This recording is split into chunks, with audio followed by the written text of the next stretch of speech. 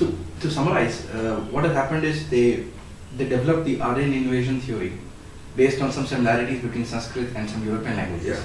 They believed in that.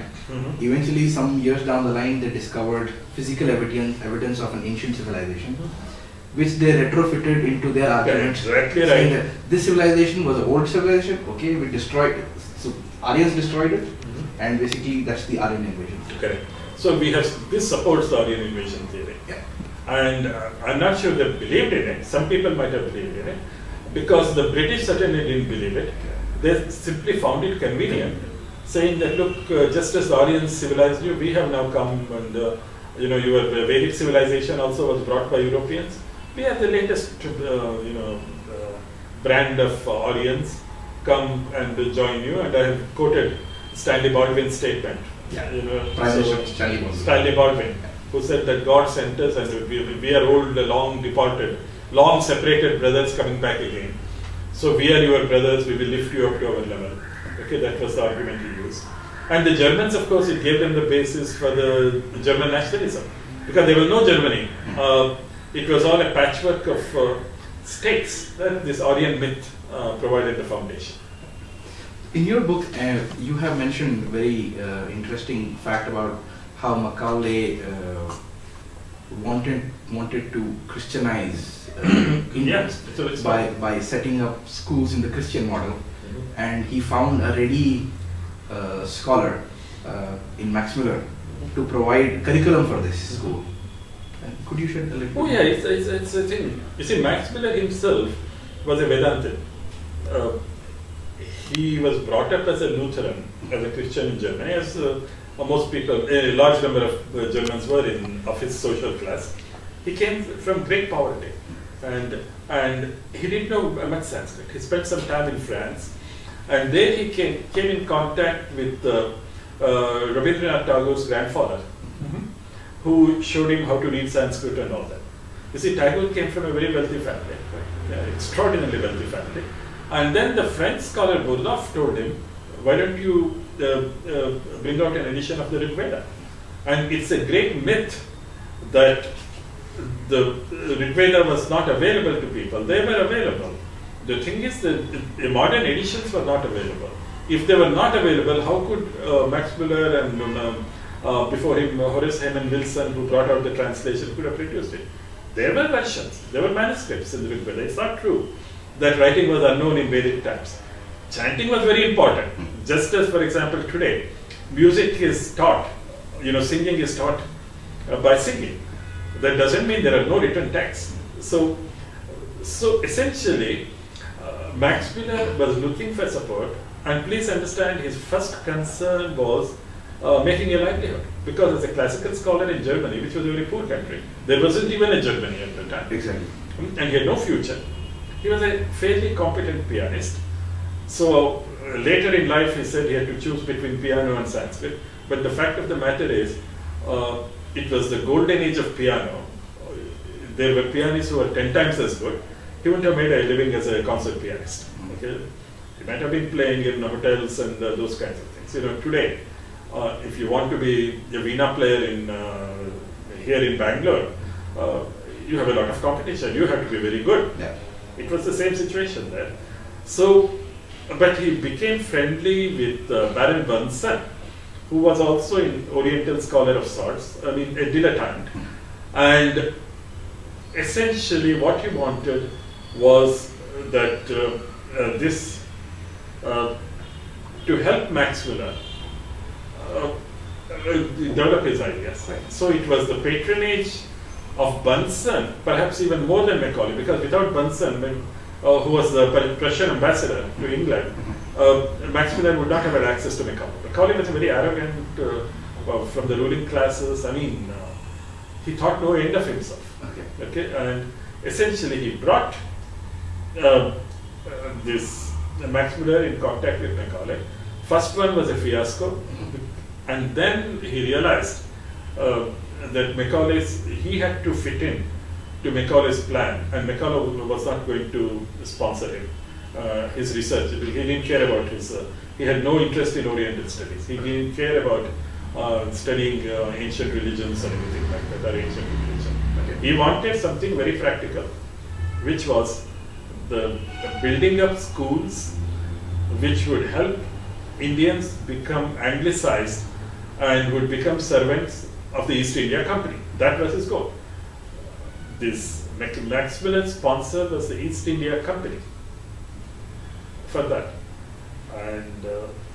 And he could do that only because at that time, the Christian missionary movement was very strong. Another interesting point you mentioned about the colonial imperialistic agenda of anglicizing or Christianizing India, which also led to the Dravidian movement. And you have spent some time on that in your book, especially Bishop Tirunelveli, Robert Caldwell. Yeah. Some people claim that he was a great scholar and has done some scholarly work and did not have any other agenda, political or religious agenda.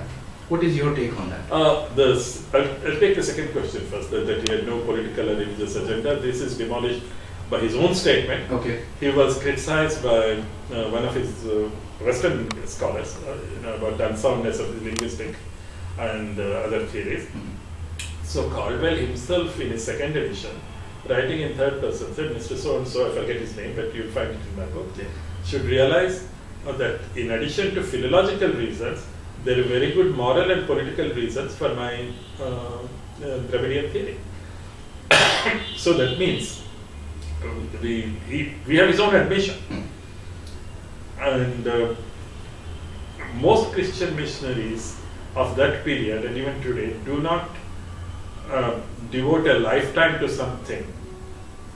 He didn't do it for 1 or 2 years. He devoted his whole life to it, unless it promotes Christianity.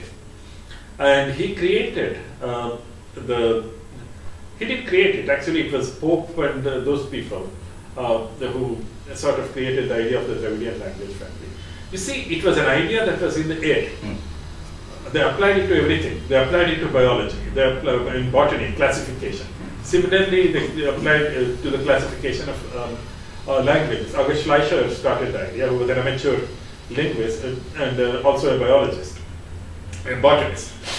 So they applied it to languages, and language classification family might be useful in the study of languages in a limited extent.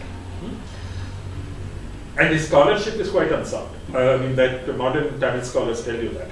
And but where I think I have objection to his approach is, how can you take something used in the study of languages and apply it to interpret archaeology? That's absurd. Any more than you use linguistics to study biology. You see. So I think Bishop Caldwell's motivation was entirely political and religious. Religious too. And that he has admitted himself. So that is not in question. But as far as the differences between, they highlight the differences between Dravidian and North Indian languages, but there are also great similarities. For example, you and I speak Kannada, and it draws heavily upon Sanskrit, both in, look at the grammar. I mean, I've studied Sanskrit grammar in some detail. There are similarities, there are differences. Both are inflected languages. But instead of calling it inflected, they have coined a new word, they call it agglutinative for South Indian languages. Okay? And also, a very great Sanskrit scholar told me that the Tamil grammar probably depends on the Aindra school of Sanskrit grammar. Okay, Panini gave one school, which is the Maheshwari, that is Paninian school. Okay, there is another school. Panini himself mentions others. Yaska mentions other grammarians before him. And because the idea was in the air that European and Indian languages had a common origin, they did that. So they sort of gave expression to that idea.